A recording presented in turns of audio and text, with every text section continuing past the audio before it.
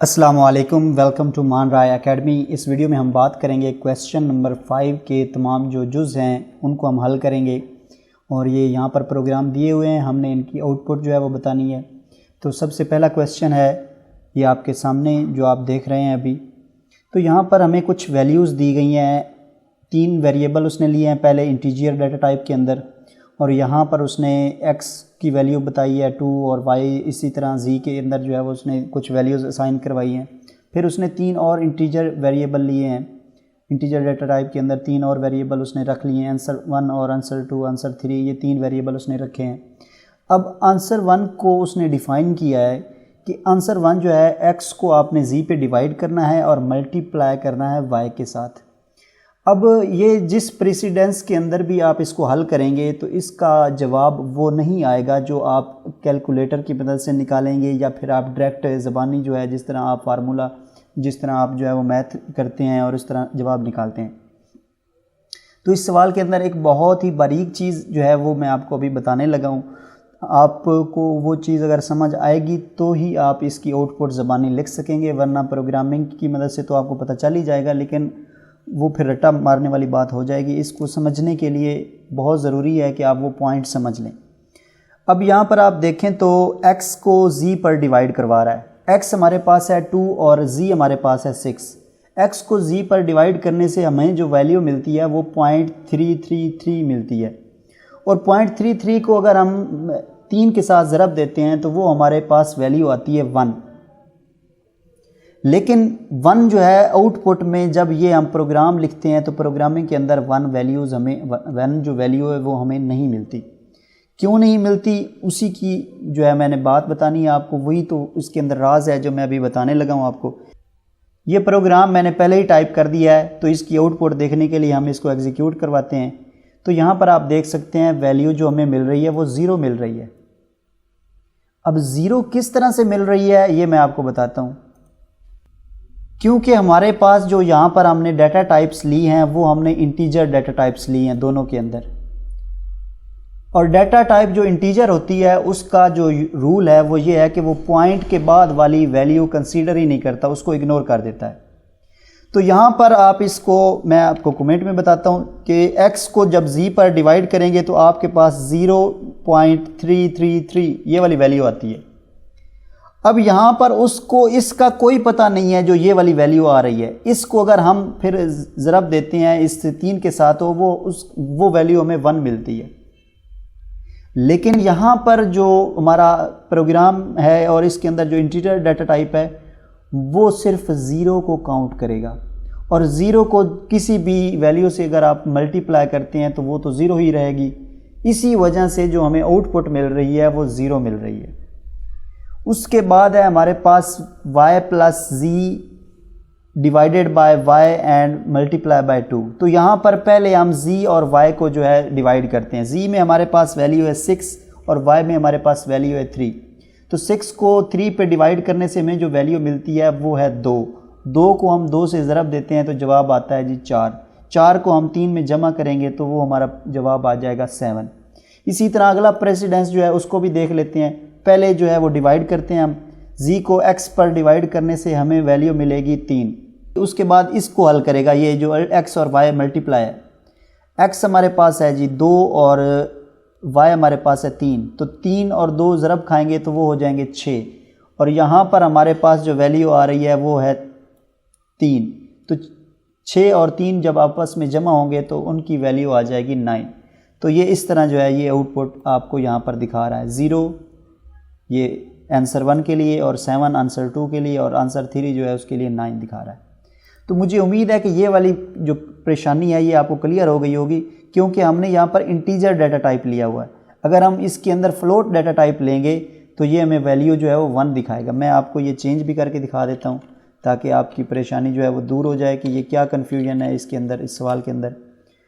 और ये बहुत बारीकी वाला पॉइंट है, इसको आपने ध्यान से समझ लेना है, वरना आप अगर इसको ज़बानी पेपर के अंदर करने लगेंगे तो आप ये वाली गलती ज़रूर कर जाएंगे, क्योंकि रट्टा लगाएंगे तो रट्टे से ये बात आपको क्लियर नहीं होगी। अब देखते हैं इसकी वैल्यू, ये देखें 1.00 आ रहा है।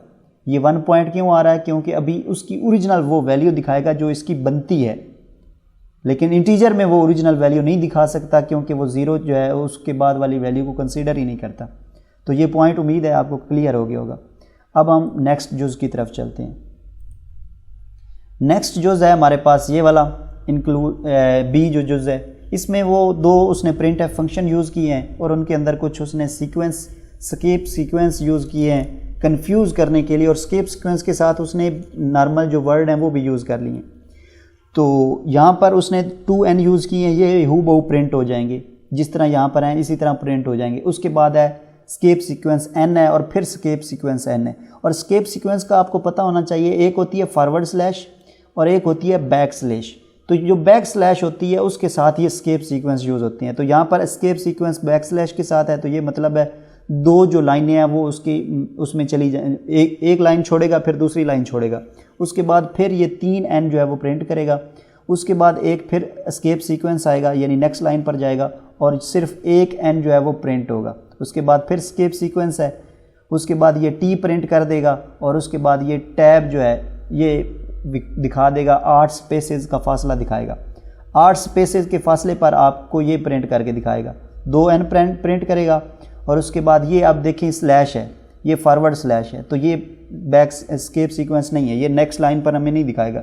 ये फॉरवर्ड स्लैश हूबहू दिखाएगा, n भी हूबहू दिखाएगा, यानी ये यहाँ तक सेम टू सेम जिस तरह है यहाँ तक सेम टू सेम आ जाएगा। और आगे फिर फॉरवर्ड स्लैश है, फिर सेम टू सेम यही आ जाएगा, यहाँ तक ये सेम टू सेम आएगा। उसके बाद आपकी न्यू लाइन आ रही है, लेकिन न्यू लाइन के बाद कुछ भी नहीं है, तो आगे आपको कुछ भी नज़र नहीं आएगा। तो ये प्रोग्राम भी मैंने यहाँ पर जो है वो लिखा है, मैं अभी आपको दिखा देता हूँ।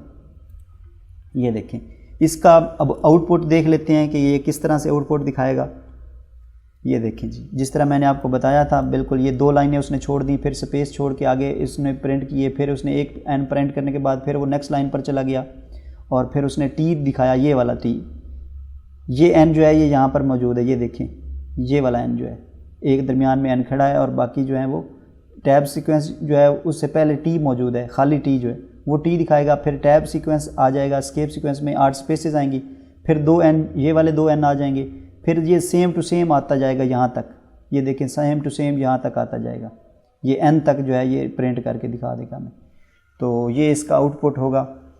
और ये चीज़ें मैंने जो है वो आपको इधर मैंने पहले भी हल करके रखी हैं ताकि आपको यहाँ पर जो है समझ आए। ये मैं जो आपकी की है कंप्यूटर की वो भी मेरे पास मौजूद है, अगर आपको ये चाहिए तो ये भी आप मंगवा सकते हैं। उसके बाद हम नेक्स्ट क्वेश्चन की तरफ चलते हैं।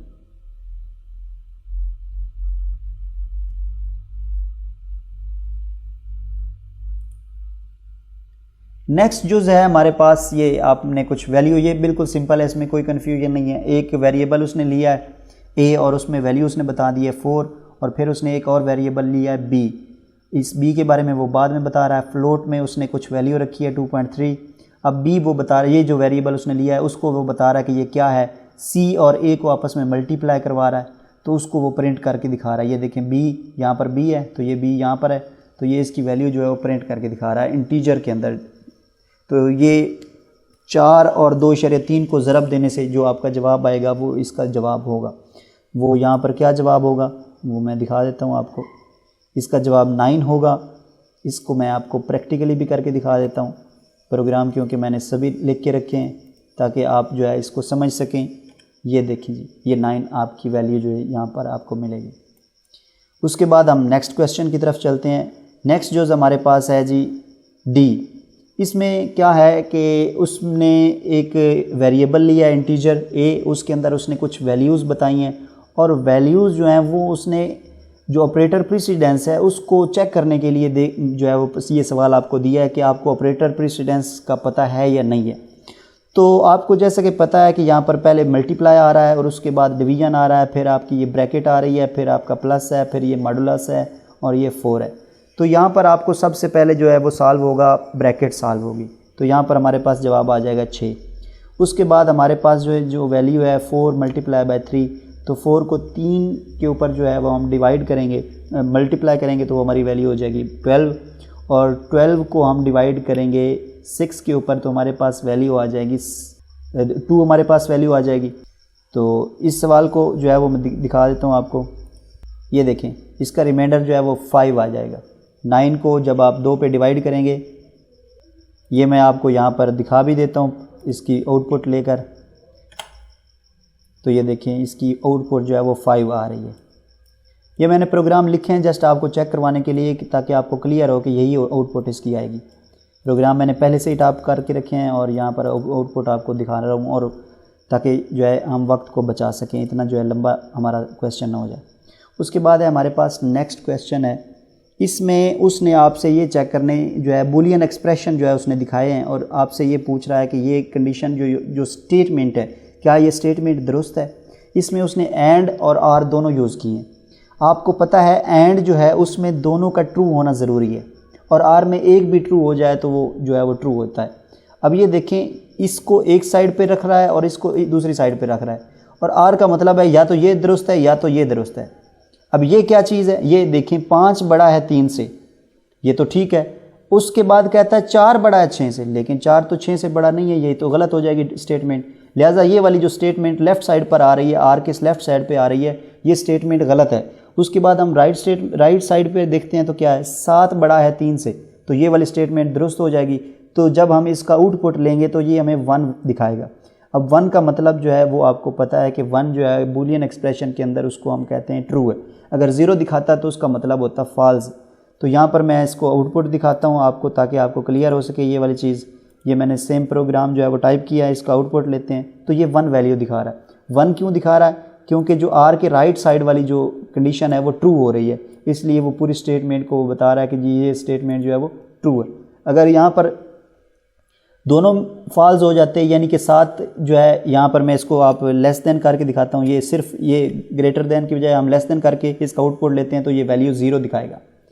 ये देखिए जी वैल्यू 0 दिखा दी, क्योंकि दोनों साइडों पे जो स्टेटमेंट है वो फॉल्स हो गई। आर की दोनों साइड जो है वो फॉल्स हो गई। आर में ए या बी जो है किसी एक कंडीशन का ट्रू होना ज़रूरी होता है, लेकिन यहाँ दोनों कंडीशन फॉल्स हो रही हैं, लिहाजा मैं वो आउटपुट में 0 दिखा देगा। तो ये थी क्वेश्चन नंबर 5 के आंसर्स। मुझे उम्मीद है कि आपको ये बात जो है वो अच्छी तरह से समझ आ गई होगी, और अगर आपका कोई क्वेश्चन हो तो वो आप कमेंट्स में पूछ सकते हैं। Thank you very much. अल्लाह हाफ़िज़।